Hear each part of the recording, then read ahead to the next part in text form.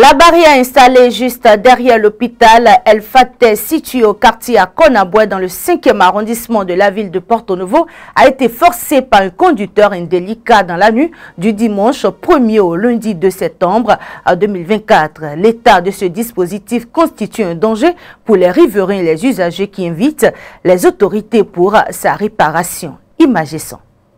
Installé sur les voies pour sécuriser les infrastructures routières et empêcher l'intrusion des véhicules non autorisés dans des périmètres fréquentés par le public, les barrières anti-véhicules béliers sont de plus en plus détruites par les conducteurs indélicats forçant le passage.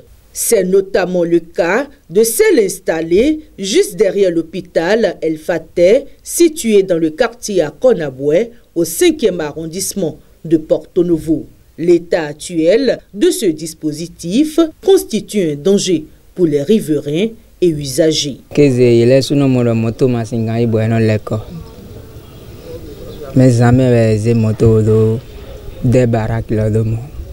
ne le font pas en journée. Ces conducteurs profitent de la nuit pour poser des actes d'incivisme. C'est une habitude pour eux. Je me demande pourquoi ils agissent ainsi.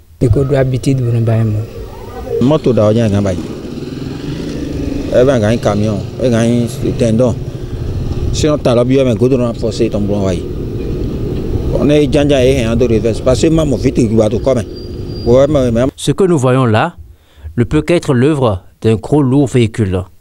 On dirait que la tête a pu passer, mais la remorque non.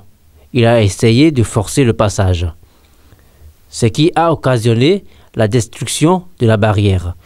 Je suis sûr que le véhicule en question a été aussi endommagé quelque part. Or, l'état dans lequel se trouve la barrière constitue un danger pour d'autres usagers.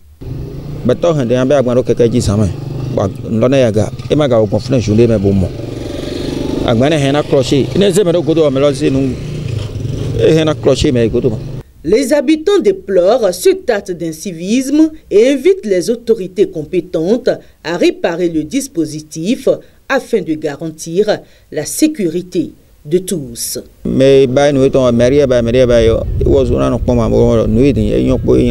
Que les autorités pensent à sa réparation.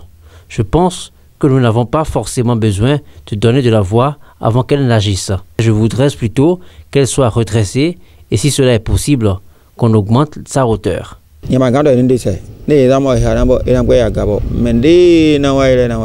bon? Que ceux qui sont responsables de ces infrastructures s'activent pour le redressement de cette barrière. Une